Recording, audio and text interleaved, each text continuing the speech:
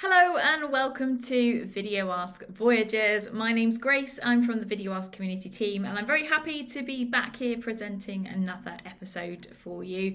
This time round we caught up with Ankita Mehta, who is the founder of Yum Tum, a community initiative providing awesome virtual team building experiences. And we had a really inspired conversation. We chatted about the inspiration behind Yum Tum itself, how they were able to launch the product within a day thanks to a combination of Facebook groups, Typeform and Stripe, how using VideoAsk has helped them to provide quality interactions at scale and help them to create an engaging user journey as well. So lots to cover in this one. Hoping that you're going to enjoy it as much as I enjoyed chatting with Anki. Let's dive straight in and learn a little bit more about Yum Tum. So I'm Anki. I'm the founder of Yum Tum, and Yum Tum essentially is a community initiative. So we work with remote and distributed teams from around the world, and we bring them together over like fun, immersive team building experiences.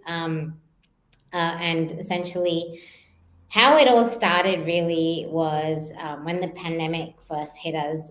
A lot of the hospitality workers and chefs and bartenders and performers, entertainers were all out of work across the globe. And a lot of them didn't have a source of income. So overnight, like their source of income had been lost.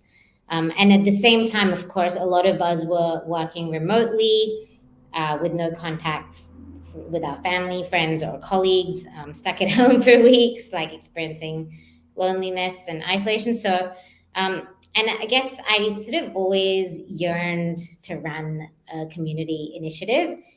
And so at that point, I wondered whether, people would be interested in learning to make or recreate like a local chef's signature dish or a refreshing cocktail with a, awesome mixologist from like the local bar. So I just wondered, whether there was like scope or potential for that. And to my surprise, there actually was.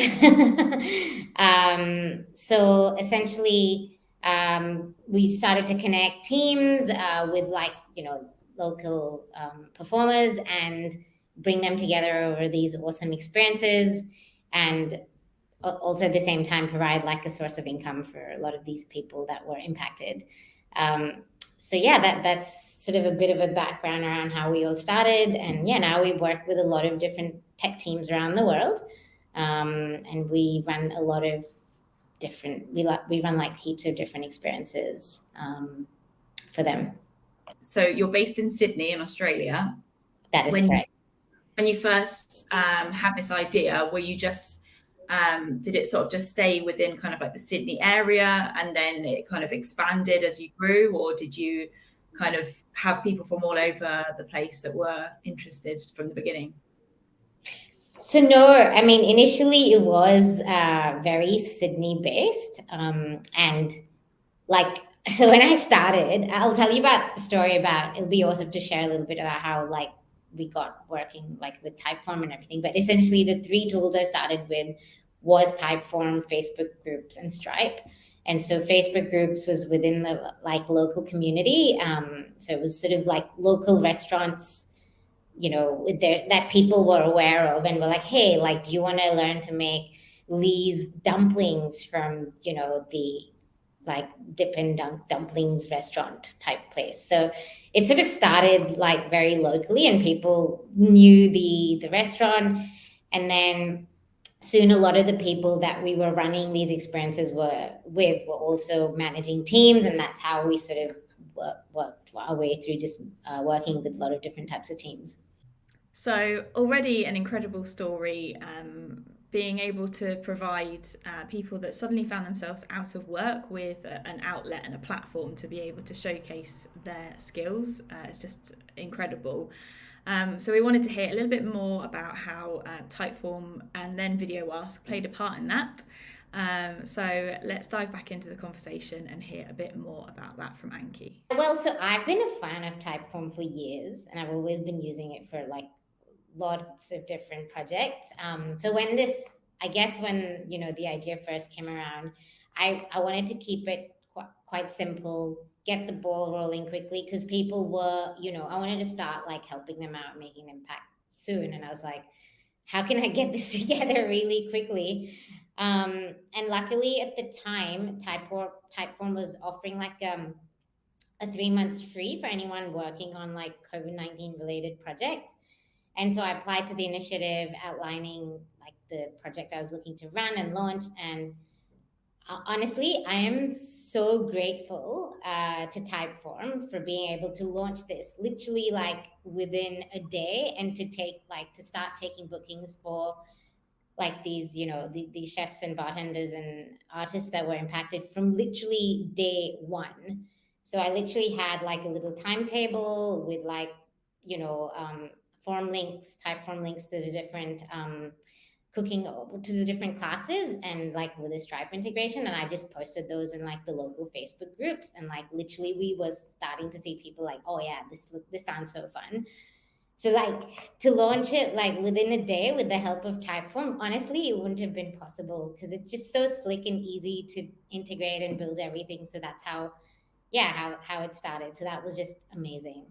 We were initially just supporting like, I guess, chefs and mixologists and bartenders. And like I said, initially it was more anyone could sign up to it. But over time, there was like a natural evolution of how we started working with like tattoo artists and stand-up comedian and actors and like a whole range of different professionals that were being impacted through word of mouth. And of course, we also transformed into working specifically with teams, because I think the biggest pain point really was like remote distributed teams, like just literally not being able to bond and connect with each other. So that's sort of how the community initiative evolved over time. Like it was just a natural progression. And I discovered VideoAsk through Typeform. It was really intriguing. So I think I was just like working on my phones, and I was like, oh, what is VideoAsk? At the time, we were working with like lots of different teams across lots of different geographies all around the world. So it would have been incredible to have like video calls with each and every person. But it was really challenging, I guess, for like 3 reasons. Firstly, the time zone differences. It can get quite difficult to find a time that works for catch-ups. Again, at the same time, it is really nice to have the video conversation to give the interactions a bit more of an intimate feel. People often also react and respond better to like when they can see other people's emotions. And something like this, like when you're talking about team building or when you're talking about, how to get together in a fun way, it does require like that type of like emotional exchange to get a better understanding. And so VideoAsk was a great way to have this type of async video call that works according to another person's time zone, which might be like 3 a.m. for me. So, or like 2 a.m. for them. So it just gives that type of flexibility. It keeps that, gives that, that sort of, flexibility. Secondly, I think for certain types of conversations, video calls don't give you enough time to plan or think of a response. And for example, like describing your team's culture or sharing a testimonial requires a little bit more of like prep rather than like on the spot having to like think about everything. And so for these scenarios, again, like the async video communication is awesome, where I can really bring bring Yum Tum to life to them and share like, how it was born and what it is and how I can help them as well in return to hear about like, what they're looking for in their next team experience. And that sort of brings out like their emotional side as well and gives me a better understanding of what is their real pain point and how can I really help really. And then I think finally, we wanted to have this type of like quality interaction at scale and have that like personal touch at scale. So not just with like the main host or the organizer from the team, but also with each and every participant that is actually taking part in our experience. And so to have that really at scale, the only like nice way to do that is through VideoAsk, right? Where each person can sort of come into that story with us and also share like their journey. So that is amazing. So those are really the three reasons as to how we explored and started using VideoAsk. So it was incredible to hear that VideoAsk really solved a problem for them along the way, being able to have those video interactions, but doing it asynchronously, so not having to worry about time zone, being able to cater to a much broader range of people because of being able to have those async conversations, and adding that personal element to the journey as well. So we're going to hear a little bit more about what that looks like in terms of how they're using VideoAsk throughout the journey. So we're using VideoAsk in roughly 5 different ways, and always looking to incorporate it even more within that entire end-to-end user experience. But when we initially started, it was mostly just around getting a better understanding of the customer, what they're looking for really in that next experience, what's their main objective, what would be a great win. So the first way that we use it really is to get further information about what type of team building would really help them to really connect and engage their team. The second way we use it really is once an experience has been booked, we like to get a bit more of bit more information from the participants taking part in that experience, and that the information that we might collect would be based on the type of experience that they might run with us. So I think, again, VideoAsk is a really great way. We've built a really great user journey around that extra additional information that we need to really cater and personalize that experience. So we've got some flows around, just sort of around getting that information from the participants taking part in the experience. And then thirdly, we use Typeform and VideoAsk for a few of as part of the team building experiences itself. So we run a really fun online adventure game with some actors, and we actually do use Typeform and VideoAsk for that. So that's part of it. It's quite a secret, so I don't want to share any spoilers. Fair enough. But that's pretty cool. And we use Typeform for NPS, obviously. So after the experience, we sort of we work with the main organizer from the team to get a bit more of an understanding of how they found the experience, how we can improve, and how likely they might be to refer Yum Tum to other teams, and so on and so forth. So that's just an opportunity for them to share everything with us. And then finally, this obviously is really awesome and useful for teams, but we love collecting post-event feedback from each and every participant as well. So to get an idea of how engaged they are, how much more they were able to connect with their team members through our experience, or find out a bit more about their team members through the experience. So some of those core KPIs around, is it actually helping with that sort of building the interpersonal relationship side of things. So that's really that fifth way of, the fifth way that we're using VideoAsk. And we would love to do a bit more around that type of team engagement and creating more flows and journeys around collecting that feedback from team members. I really like the fact that you're not just communicating with the organizer of the event, that you are also including the whole team, so you can get a much bigger picture of whether or not something's working, what people's likes and dislikes are. And I like the fact that you start the conversation with them and you finish the conversation with them. Do you use any of that information sort of for like testimonial videos or sharing that feedback anywhere publicly, or is it all just more just kind of for within the Yum Tum team itself to make improvements and work things out? Yeah, that's a great question. So usually, everything that we collect is like in just used for internal purposes. And if there is something that we would like every now and again, we would love to share stuff or share a testimonial. So we'll take like specific permission from the person who shared it to ask whether whether they'd be happy for us to share that. And more often than not, they're always really willing for us to share that. So usually we do use it for internal purposes because we don't want to I think what helps is to have that, like, for people to be able to share openly. It's nice to be able to say that, hey, this is just used for our internal purposes, and we will reach out to you to ask whether we can use it. And that way people are a lot more open around like what they're willing to share and the feedback. And of course, always afterwards, you could always ask them for permission to share that. So I think that is quite important.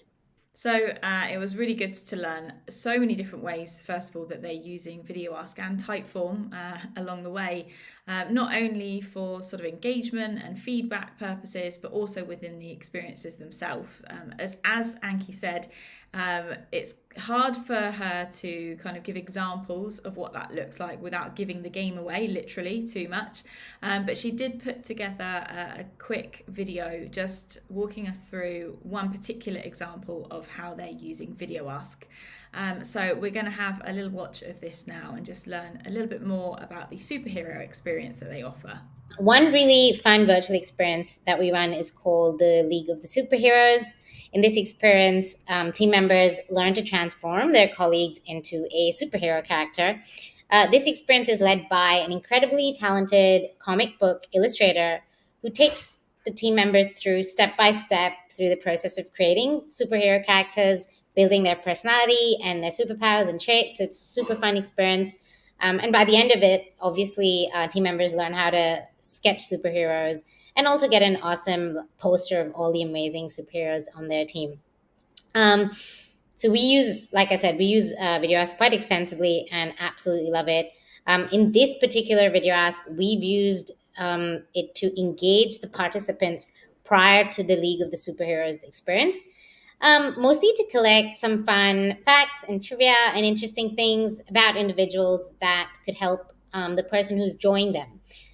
So I'm just demonstrating a short version of one of these video asks. So for example, what we've done is we use a lot of fun and interesting GIFs as for the video, and then we ask sort of like a question.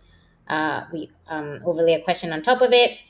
So for example, this one's around, if you could have one superpower, what would it be? So for me, I guess just the ability to suck out greenhouse gases from the atmosphere. And then I go next, and then there's one around, what's the one thing about yourself that would surprise the team? I think for me it would be, I used to do voiceovers for commercials as a teenager that no one would know about. So I then hit next. So again, we've used like a GIF over here, like a fun GIF. And then we collect some fun contact information just to all of the all of this is anonymized, but we're just using it to make sure each person in the team has answered these questions. So for this bit, I will just share in my email address and submit my answer. So it's a great way of getting to know your participants a little bit before the experience, collecting that information and setting the tone really so that they have an expectation or they're already kind of excited or looking forward to it because they've been sent a really fun form to take part in. So we're going to dive back into the conversation now, talk a little bit about how they do share these video asks and all the research that went into the whole experience and defining the user journey. As of now, we're sharing the forms via email and also like just on like the video conference calls when we're running the experience. So we'll just like, hey, here's a link. This is what you can use to submit your answers or answer your challenges or whatever it may be. And yeah, like through email, like we can track when people are clicking on it, how people are interacting with it, when they're submitting it, just to get an idea of that sort of thing. We also like do run like A/B tests and things like that. So I can actually like that's pretty interesting. Like we've like just around the process around like creating the videos and what we found useful and things like that. But yeah, we do run like a few A/B tests as well to see what types of videos people like respond to and what works better and things like that. Can you share anything with us that you've learned from those tests? Have you got any sort of top tips of what you notice works better when you're sharing the videos or how people respond to the video asks? Yeah, for sure. So like I think when I was trying, I think sometimes it is hard when so with my initial flows, when I was thinking about designing like what types of questions to ask and how to go about this, it is a blank canvas. And often what we focus on is the answers that we like, the questions we need answers to, right? Like that's what we focus on. We're like, oh yeah, I need to know this. These are the questions I'm going to ask and done. But often like the way we think about that and the approach we take around designing for that is not really like how the customer like sees it. And you might also like lose them.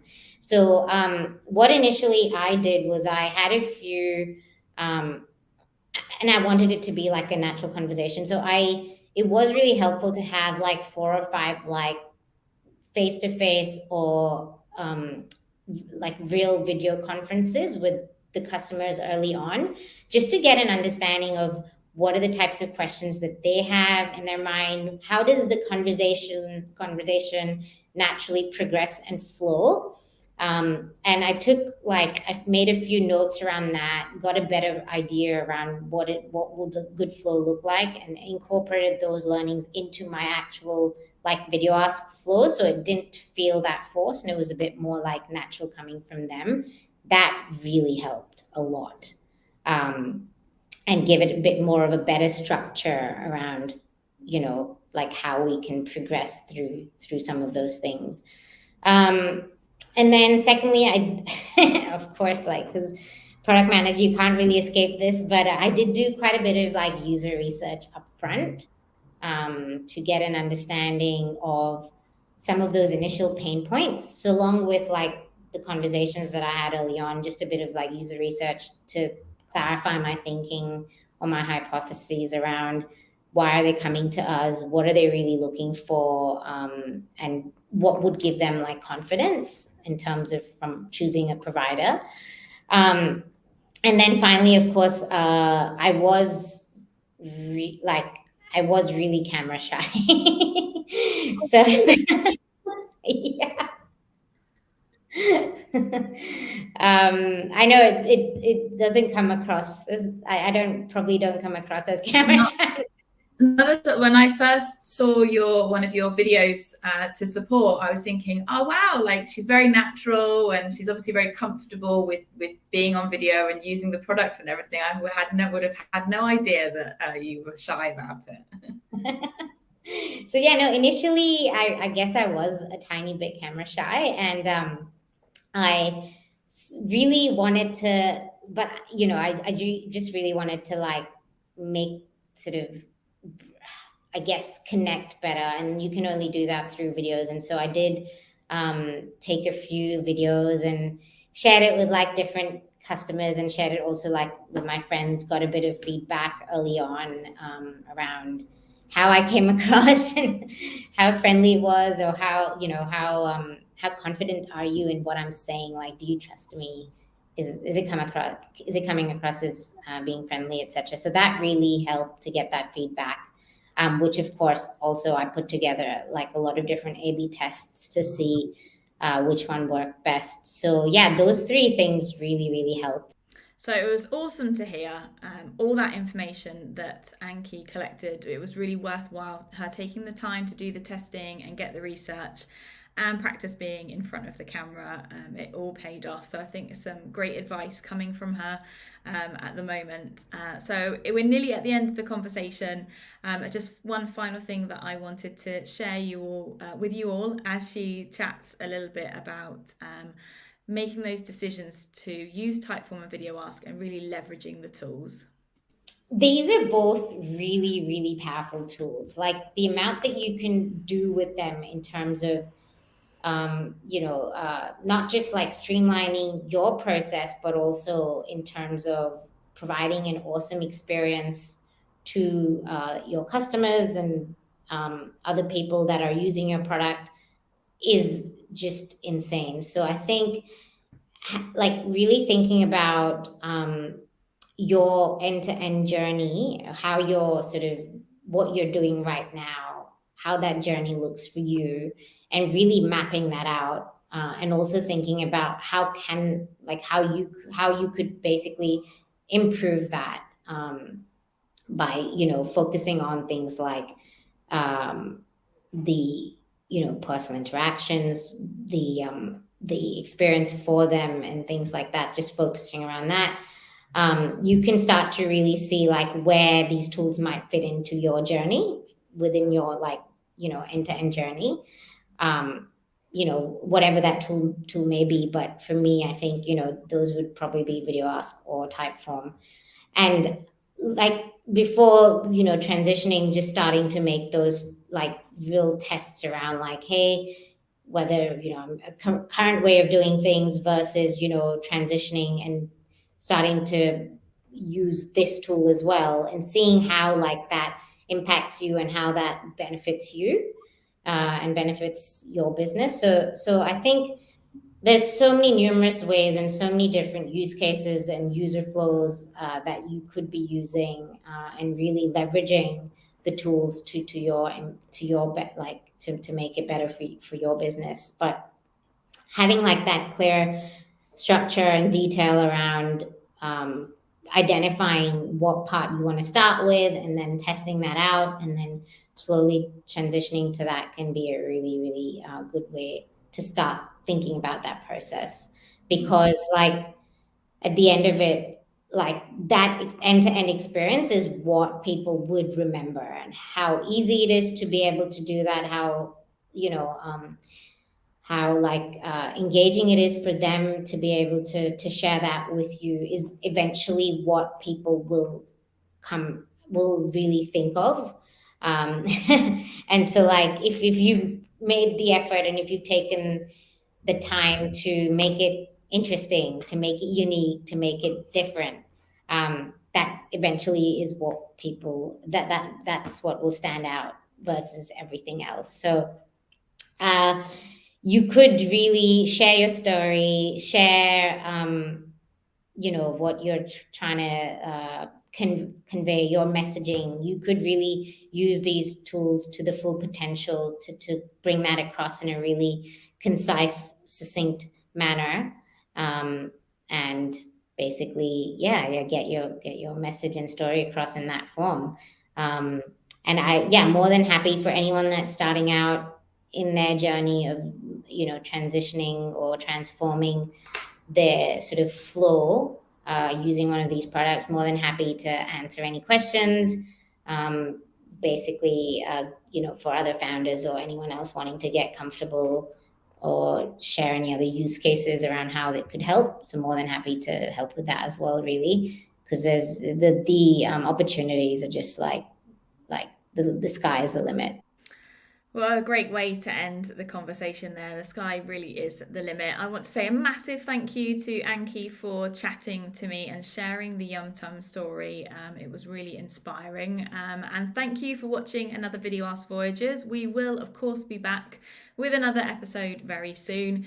Don't forget, if you haven't already signed up to the community, to head on over and join us there, where there's plenty more inspiration to be found and lots of cool creators to hang out with.